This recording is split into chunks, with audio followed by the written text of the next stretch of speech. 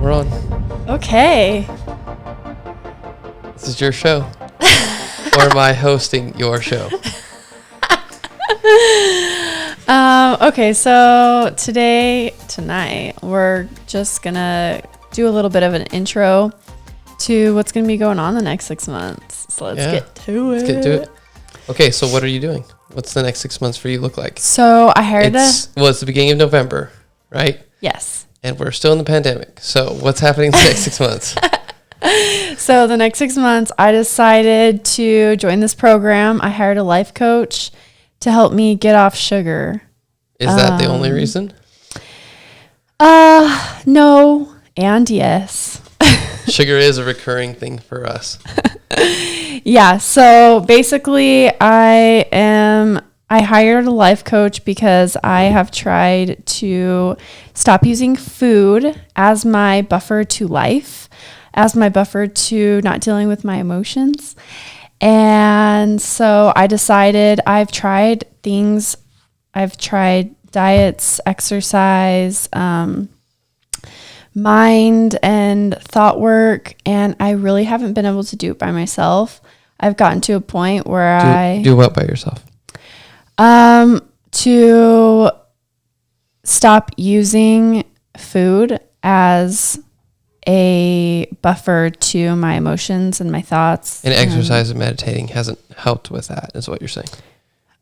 Exercise, meditation, thought work, focusing on what I'm eating, basically anything that there has ever been related to food and exercise, I've probably tried, and I haven't been successful at it.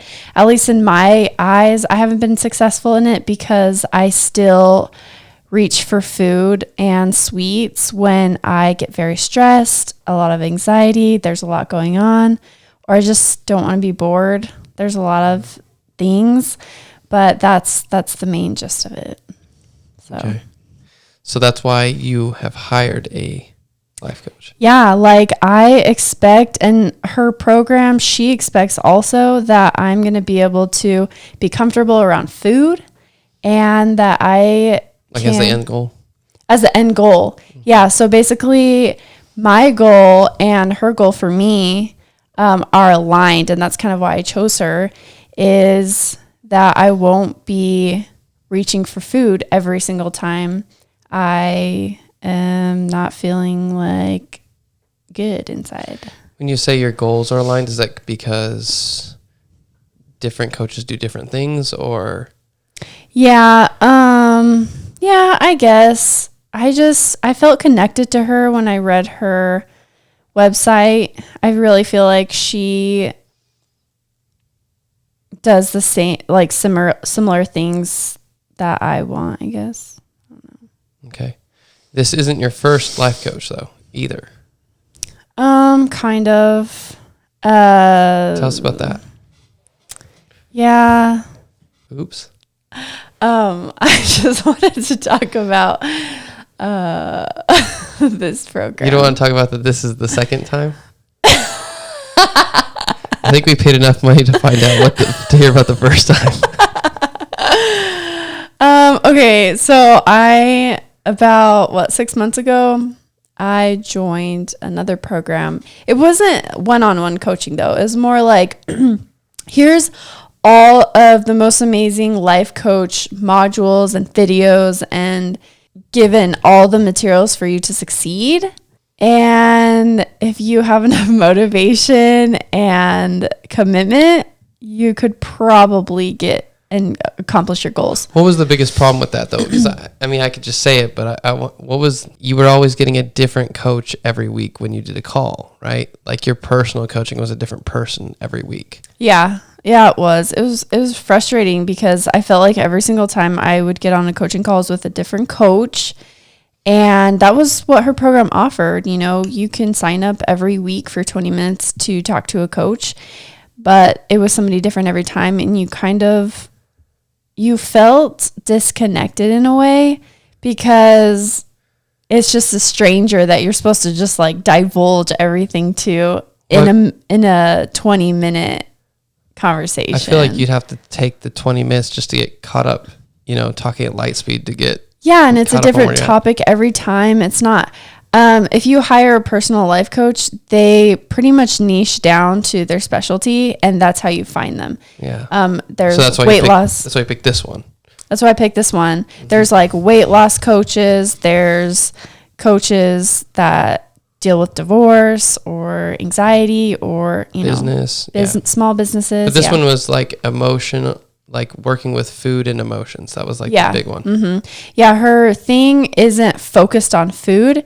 It's more focused on dealing with emotions that come up, urges that come up, and figuring out who you are through this process of like all these emotions and thoughts that are coming up. That makes sense. So you've signed up for her 6-month program. What does it look like? Like you today was like the first day. Like Yeah. So what did it look like today? Yeah. So today was orientation, Yeah. and I'll admit it was a little overwhelming. Like the first day of school. They give you the whole enchilada.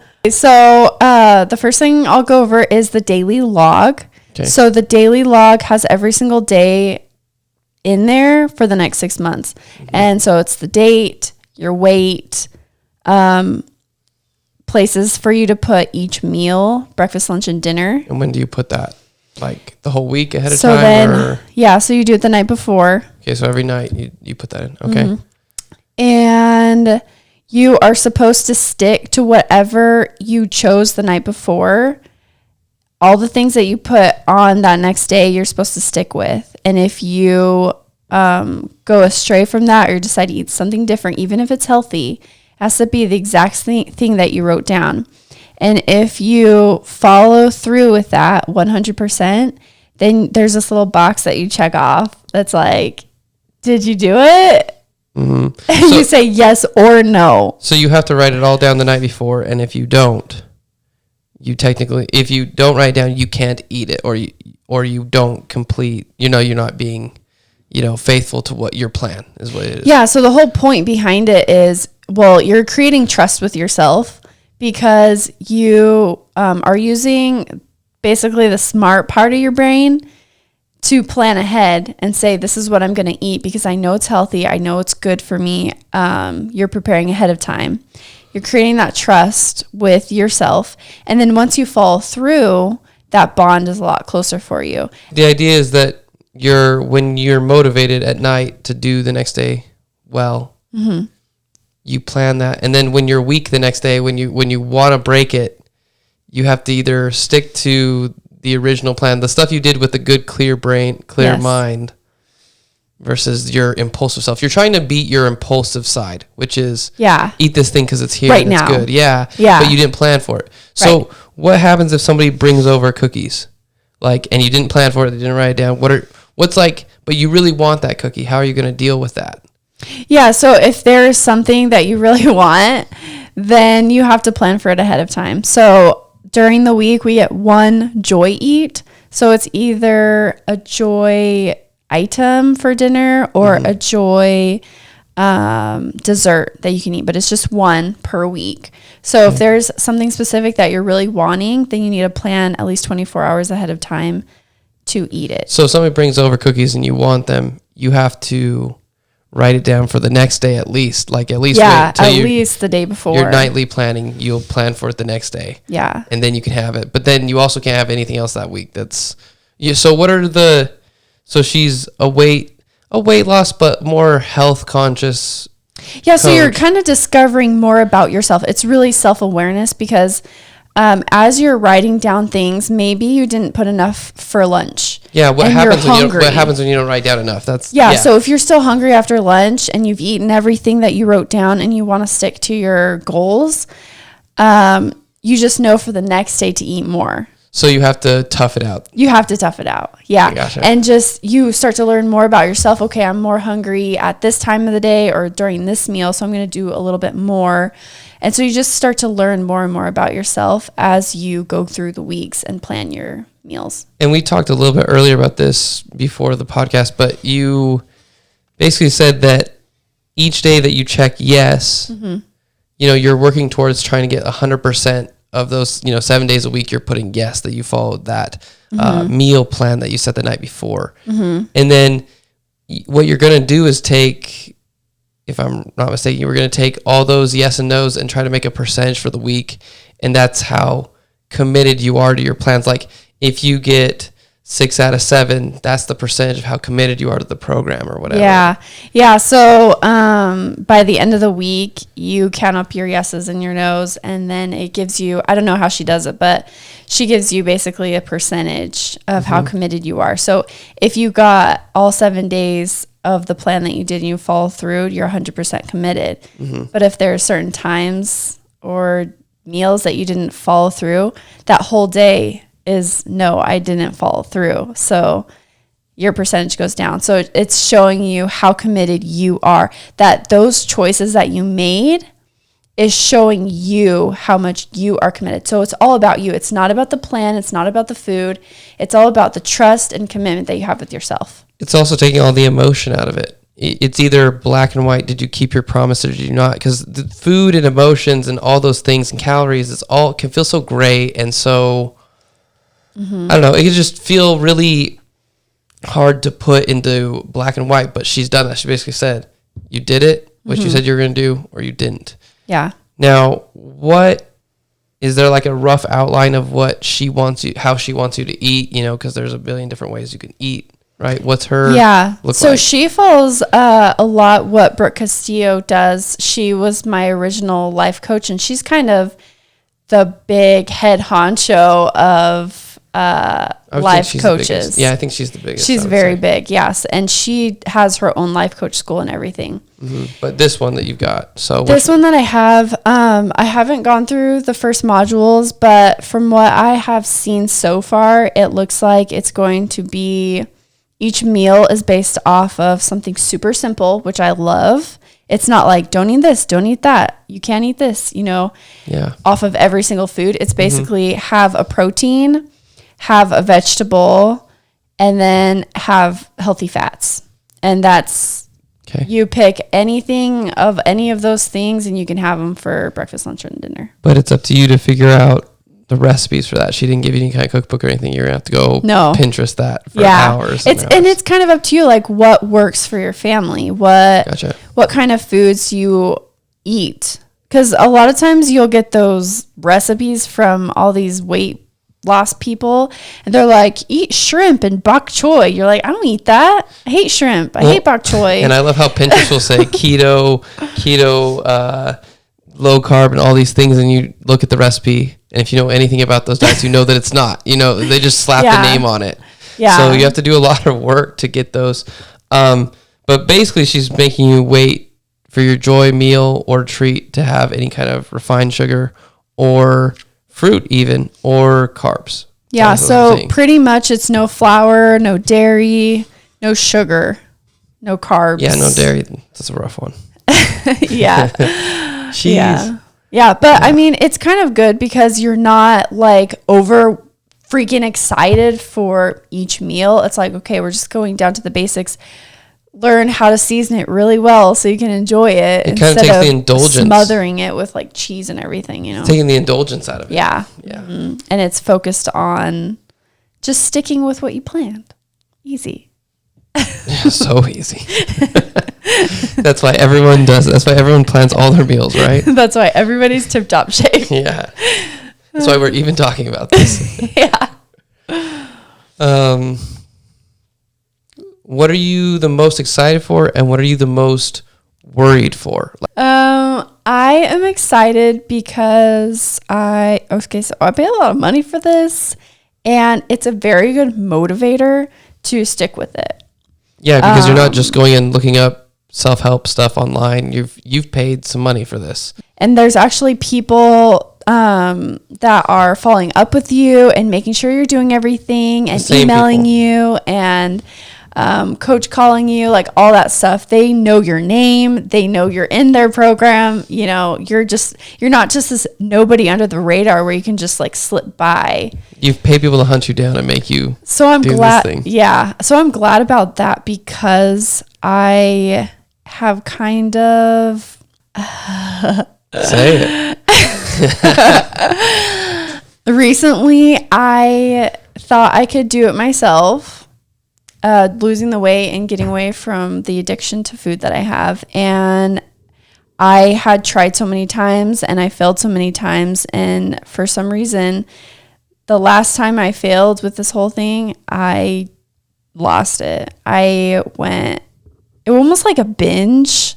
Went real far down deep into a dark place where I didn't care about what I ate. I didn't care how it was affecting me. I enjoyed being miserable a little bit because I wanted to punish myself in some way. I know it's really weird, but I wanted to make myself feel pain because I didn't stick through it. But it was almost kind of a way that I buffered to deal with failing. I think part of it was because I didn't have a coach that was following up every time. Is really up to me. Yeah. And I would reach to a point as far as I could get, and I would just break. I would plateau and stick with like that same weight. And then like I would just feel so much pressure and just like, whenever you're about to hit your lowest weight, and I've seen it with myself and with a lot of different people, whenever you get to that, like where your body is comfortable, if you get to the very bottom of that and you're about to go into break that plateau, it freaks out. It tries to hold on to the fat. It tries to give you every craving you've ever felt. You'll start craving carby things that you don't even really like, but it'll sound good. Yeah. Well, and also you get to that point and you've never gotten that low before. And so you feel a heavy weight on you, like almost you start doubting yourself. You're like, wait, I've never gotten this far. Like, I don't know if I can handle this. Uncharted territory. Yeah, it is. And it's like you almost stop trusting yourself. You stop believing in yourself. But really, you're like, I can do this. But really, deep down, your body's like, no, you can't. No, you can't. Yeah. And that's the thing is your body is trying to kick in those survival mechanisms of, we need to store this fat. We need to do all this stuff. Mm-hmm. And it is 100% working against you at that point. Yeah. You were fighting yourself. Yeah. Yeah.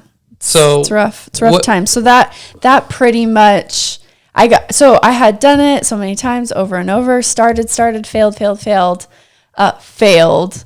I didn't continue. I didn't get to my goal weight. And then what was the nail in the coffin? One day some friends. Yeah. What did your friends say? Yeah, so some girls that I know. Yeah. So kind of the what do you call it? The hair that broke the camel's back. The straw that broke the camel's back, or the last nail in the coffin for the first round of, you really putting forth your effort and doing life coaching. What ended it? So for me, and when you get off sugar and you're eating healthy and you're doing well and all that stuff, you have so many thoughts and so many emotions are so much louder and clearer and feels more intense because you're not using food as a buffer.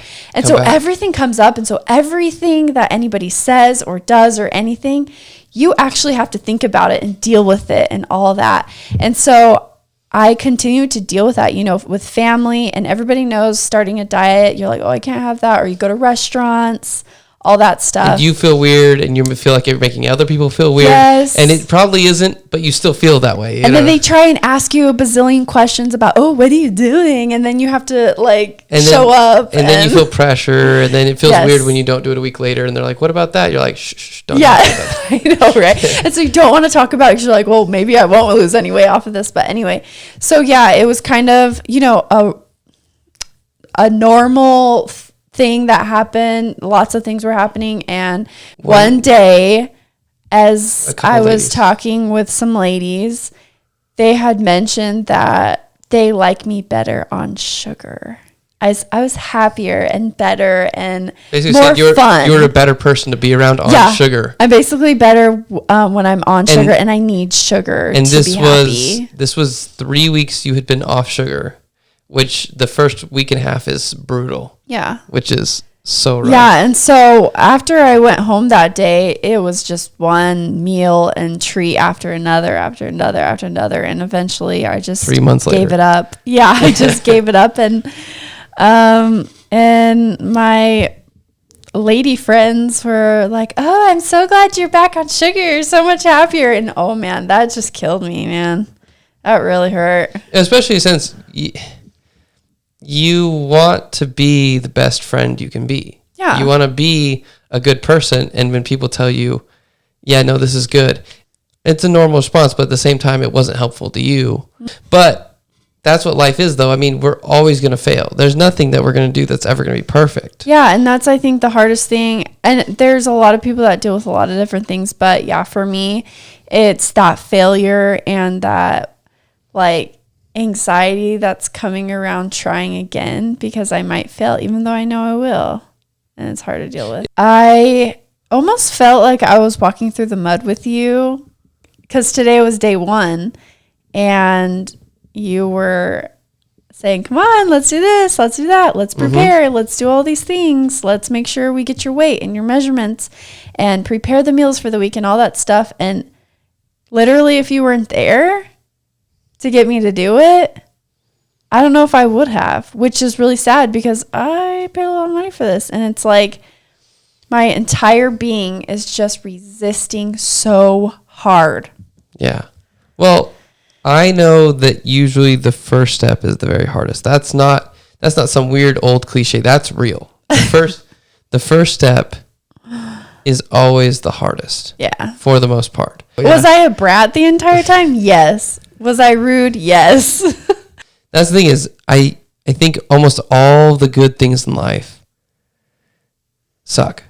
I've heard a lot of people say that, like Joe Rogan talked about how he works out almost every day, and he only wants to go 5 out of 10 times. And you think that somebody that works out all the time and Instagrams about it and talks about it all the time, you think that they love it and want to do it every time. But when it's hard stuff like that, eating right, exercising, being kind to yourself, whatever it is, all those hard things, it takes work and effort. Even when you're up to date and consistent. Even if you're doing it all the time. It's still tough. Yeah. And that's the thing is, if it wasn't, it wouldn't be worth anything. Yeah. That's why I wanted to do it too, is because it creates diligence and commitment, which is all the things that I feel like I lack in that area.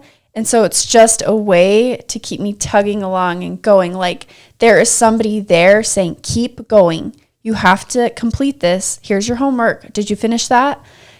Okay, so the final goal that I want to reach is I want to be able to, anytime there is food involved, any holiday, any time that there's food, I don't want to be anxious and nervous and worried and my brain exploding because I can't trust myself with just having one piece of cake or one, cookie or whatever is healthy. I'm not constantly just binging and eating and all that stuff just because I enjoy sweets, And that's kind of the ultimate goal. I want to stop stressing and worrying about food all the time and feeling guilty after eating something and feeling, just all those horrible emotions that I feel like everybody gets a little taste of, whether you eat good and whether you eat bad. I want to stop all this drama in my head around food. Gotcha. I want to kick it. I think that's it for this week. Cool. Thanks for listening. Bye.